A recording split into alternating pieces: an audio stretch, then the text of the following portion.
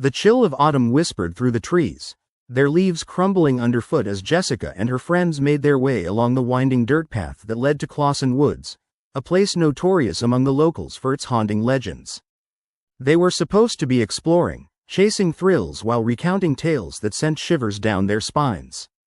But in truth, they are all searching for proof of the stories that said the woods were home to something wild, something cursed. "Are you sure we should be doing this?" Ethan asked, glancing back at his friends with wide eyes. The sun was dipping lower in the sky, painting the world in shades of orange and purple, and shadows began stalking the trees. "Don't be such a baby. It's just a story," Karen replied, rolling her eyes. She pulled out her phone, using its flashlight to cut through the growing darkness.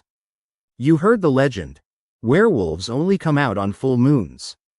"I don't know, that moon looks pretty full to me," Jessica chimed in, pointing towards the sky where the moon hung like a silver coin, unnaturally bright. "Oh please," Ethan said, crossing his arms defensively. "It's just myth. We're way too old to be believing in werewolves."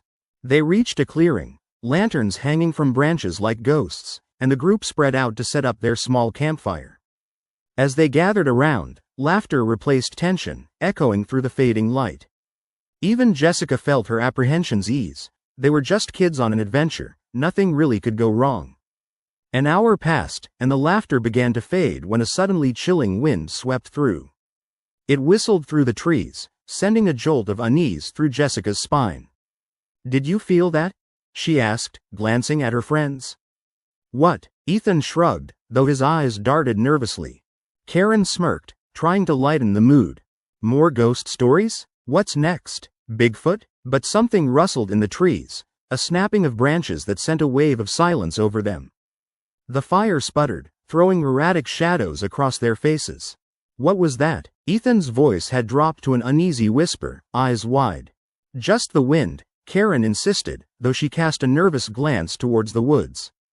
Moments later, the air thickened with tension.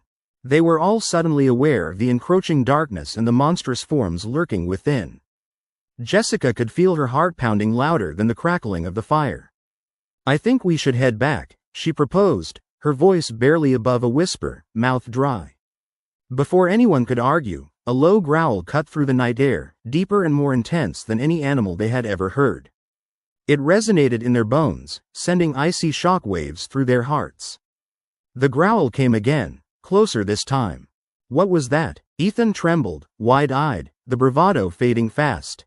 "I don't know," Jessica stammered, adrenaline spurring her to rise. "Maybe we should go." But the campfire flickered violently as the presence drew nearer. Shadows melded, twisting among the trees, taking odd shapes that could not easily be recognized. Something massive moved through the thicket, a silhouette obscured by darkness, muscular and agile. A scream from Karen broke the tense silence as a figure lunged into the clearing. It was tall and covered in fur, glistening under the moon's light, with eyes glinting like burning coals. A long snout, dripping with a hunger beyond comprehension, turned toward their small group. All at once, fear erupted in chaos. Jessica darted towards the path, her legs barely keeping pace with her mind, thoughts scrambling toward survival. She heard Ethan yell after her, but her focus narrowed to the flickering light of the fire behind her, its warmth replaced by the cold dread settling over them. They ran as the wolf, no, the werewolf, pursued, its growls mingling with the sound of branches snapping underfoot. Breathless, Jessica plunged deeper into the woods, leaving the safety of the fire behind. She could feel it, maddened breath on her neck, the weight of danger nipping at her heels. Then, she stumbled, falling headfirst into a thicket, the sharp edges of leaves clawing at her skin as she scrambled to her feet. Distant howls echoed, a call to each other, and in her frantic search for a place to hide, she saw it. An old shack, half buried beneath vines and decay. Following instinct and sheer terror, she plunged inside. Darkness enveloped her, and she felt her heart thumping almost painfully against her ribs. Peeking through a dusty window, she caught sight of her friends. Ethan had fallen, Karen's screams echoing in the distance. The werewolf loomed closer, bloodied and fierce, its eyes scanning the darkness, hunting. Jessica's heart sank as she recognized the truth. The legends had warned them. Those who ventured too close would become part of the curse. It was never a myth. In the shadows of the night, werewolves roamed, hungry for the unsuspecting. A howl rent the air again, hypnotic and terrifying, echoing through the woods. Jessica's thoughts raced and one last horrible realization dawned on her. She might be trapped here forever, a mere witness to the very nightmare that had consumed her friends. She could feel the air shift, heavy with the weight of inevitability, just as a figure stepped into the doorway of the shack. And in a mere blink, the children who once laughed under the open sky became whispers of something much darker, echoes in the winds of Clawson Woods.